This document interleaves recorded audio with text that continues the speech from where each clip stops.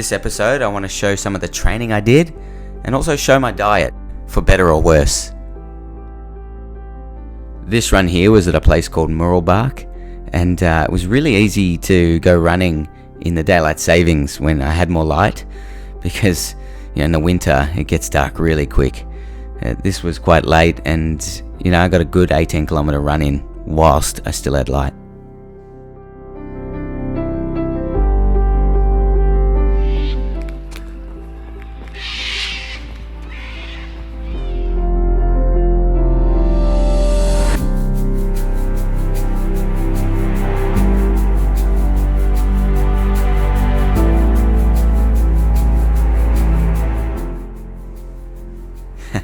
I didn't want to include this, but I did take a cheeky trip to Tasmania, and like all holidays, discipline wasn't at its finest. This was at a cheese factory, and I consumed a lot of cheese, naturally, and beer. Can't go without the beer. My minimum run most days was my Albert Park circuit, which is around 8.5 kilometers, so not super far, but I was disciplined enough to, do it every other day that I wasn't doing a longer run. So it definitely kept the body moving, the blood pumping, and on those warm nights, as you can see, I worked up a pretty nasty sweat.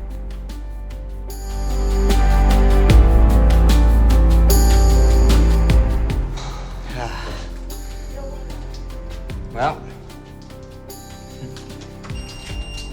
another run down.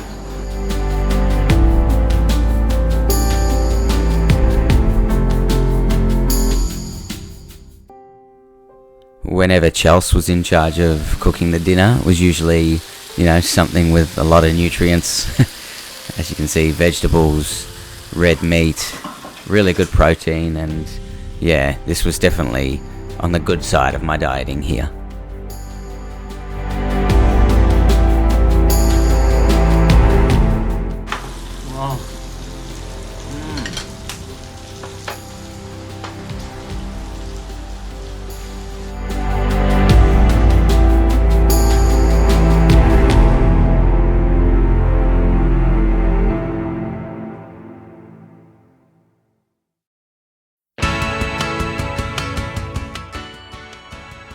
Sometimes the meals were healthy, but a little bit boring, I'll be honest.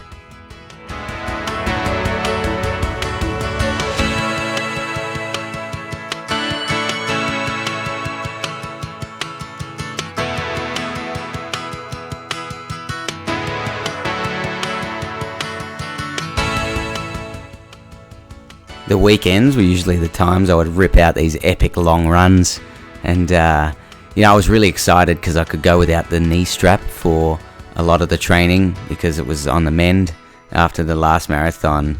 It's like it strengthened, but it was awesome getting out and seeing the beach. I definitely need a haircut, let's be real, but it was nice to feel the wind through my hair, and just so therapeutic going out running, after a lot of long work weeks. This was really good for the mind, and really good for the fact that the Nullarbor was starting to get closer.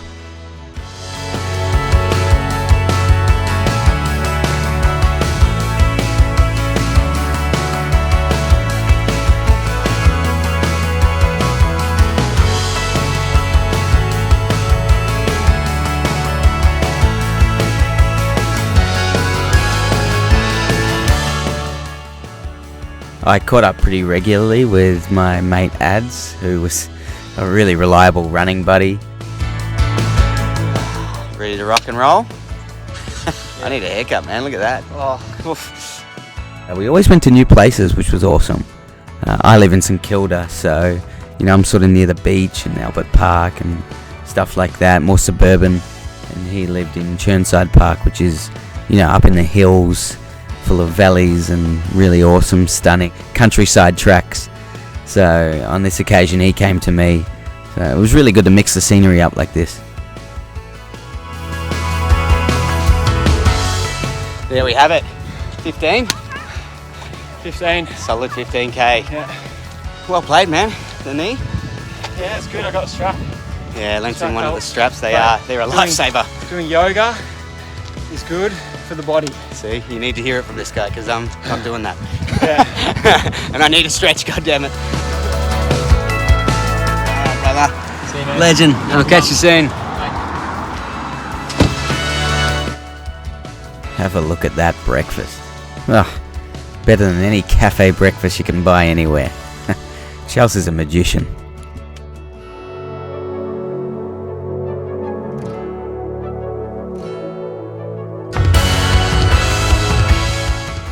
As a truck driver, on my lunch breaks, I would try and eat as healthy as possible, and this was a pretty good example.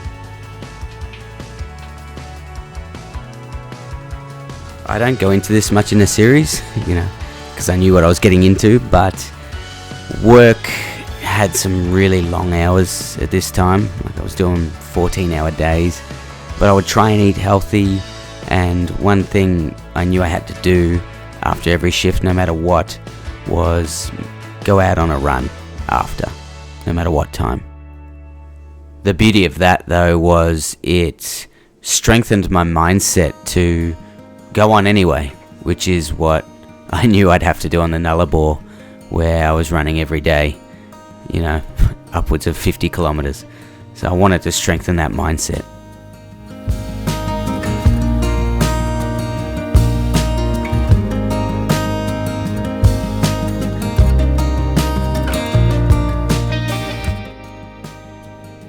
This was an amazing run with ads.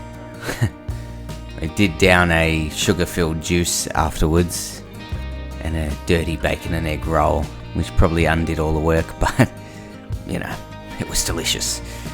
And I'm not very disciplined when, I'm making my own decisions. But it was so great catching up with him, and it really was a great jog. I wanted to show you a few examples of me dropping the ball.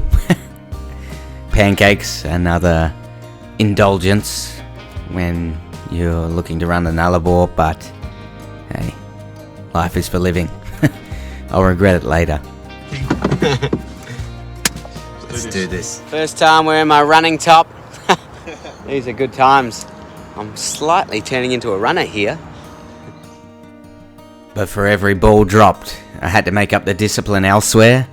And the beauty of Bill is that he lives close to me and he was always up for a run. So I owe a lot of my fitness to this guy just here. And this was a roasting hot day. Sorry, but the shirts just had to go. And we were sweating our butts off.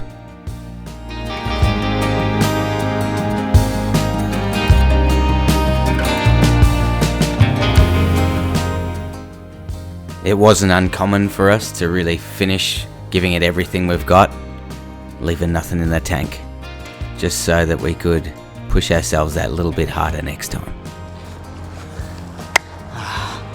Sweat fest. Well done, man. You killed it. Killed it.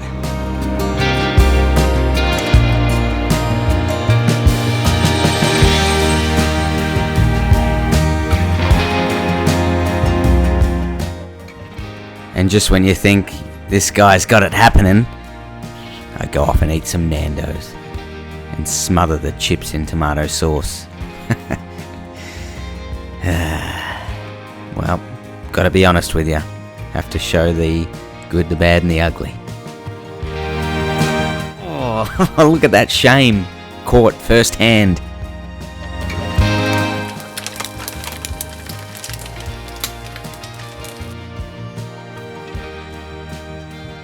I did have my good share of healthy breakfasts though. I mean, look at that. That's pretty good. Given that I was on my ass for most of the day driving trucks, I was very mindful of what I was eating. On this occasion I took an avocado, honey. I don't know what happened, but I was addicted to honey. Just straight, not on anything. These strange protein bars, which were meant to be refrigerated. And a good source of energy was rice. Except for the fact that this kind of looks radioactive in this shot. Believe it or not, it tasted good.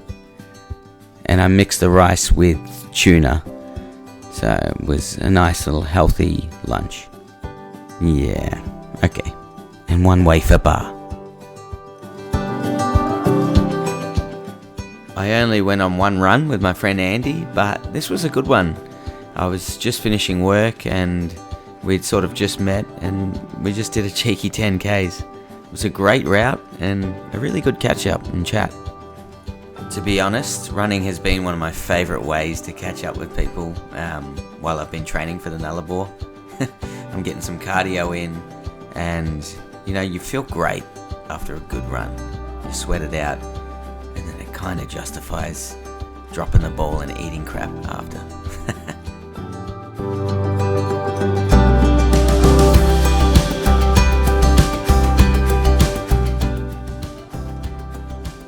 Like this 𝐦𝐨𝐫𝐿 Parmas.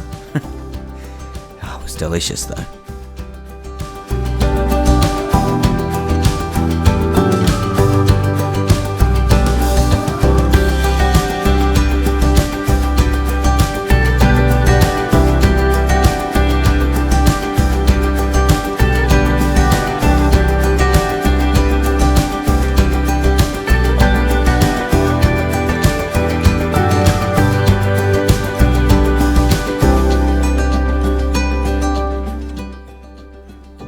I was always open to new things, and krill oil was a recommendation for my knee. So it's a long-term thing, but I believe it was doing me good.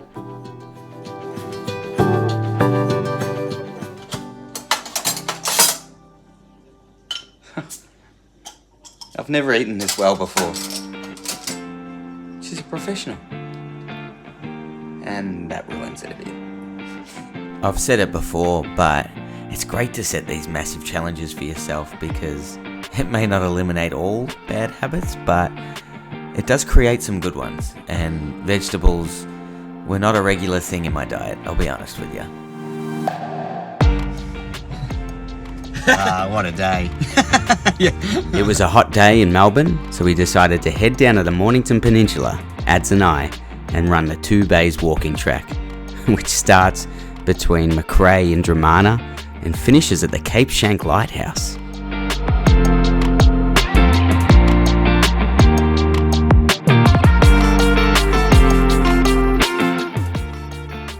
It's teeming with wildlife here, but I'm pretty scared of snakes, so I'm on the lookout. They scare me.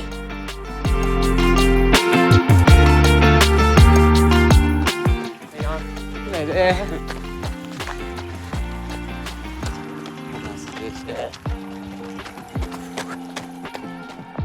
Apart from being awesome hanging out with 𝐦𝐨𝐬𝐿, it really is an awesome run. There's hills, there's a change in scenery, like at every turn, there's loads of wildlife. I really recommend it, even as a walking track. Well worth checking out. It was a pretty damn hot day, and that 1 drink bottle that I took was definitely not enough. Thankfully, I believe the picnic areas did have taps for me to refill. But I was wrong. The picnic area had absolutely no water whatsoever, and we were struggling. Oh, brother. Holy hell. Hard. Yeah. Oh boy. Oh. Nearly there. The 2 Bays Trail is a pretty challenging trail. It's full of hills and climbs. Definitely warning, there are no taps throughout the whole 26-kilometre trail. For 𝐦𝐨𝐬𝐿 and I, this was definitely amateur hour. Absolutely dead. The video obviously doesn't quite capture how we felt at this time, but to say we're dehydrated is an understatement of the century. And we were pushing to get to this 𝐥𝐤𝐤𝐿 cafe, hoping to hell that it was open, and the sight of the door opening and this cold can of lemonade in our hands, not to mention that first sip, honestly, possibly a sip that will last till the end of time for us. You can see me wiping the sweat off my face a billion times while this lady's chatting to us. I feel bad, but I almost can't see.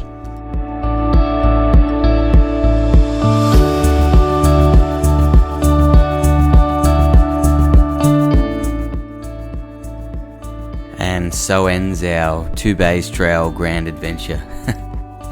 This is one we always laugh about, the big dehydration run where we were criminally unorganised and honestly we just acted like massive noobs. If you're going to do this run, make sure you take enough water.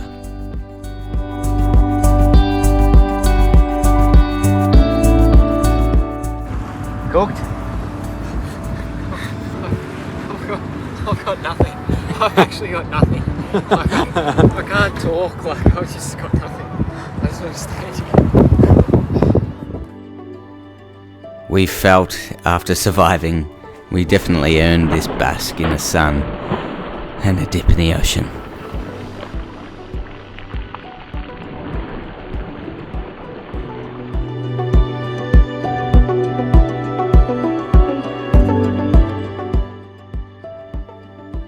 I thought I'd share a few more moments of weakness. Pizza, it wasn't always an iron will, I can say that much. This time we took our mutual friend Mike and headed down to Port Melbourne. Mostly views of the beach. A really beautiful run actually, and what a day for it. With long hours through the week, I was always up for a longer run on the weekends. And this was no exception. I love being around these guys. They're positive and they're always looking to get better. Have a look at those Melbourne views. This one's a ripper. Relaxed. Nice. It's very good.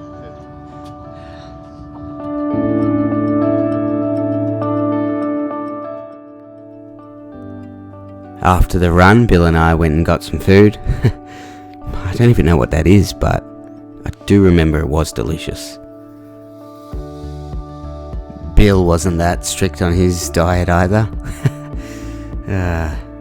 Dropped the ball a bit on the whole eating habits thing.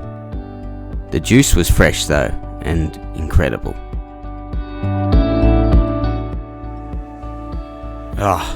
These potent magnesium sachets are a must if you're attempting a marathon or anything more. An absolute lifesaver. One of the hardest things to keep up with on the running journey was the change with daylight savings. It's honestly just less fun running in the dark, to be honest. I hate daylight savings. I really do. You're not seeing nature, and it's just a bit of a slog. So I made them as hard as possible, took a light, and just got it done.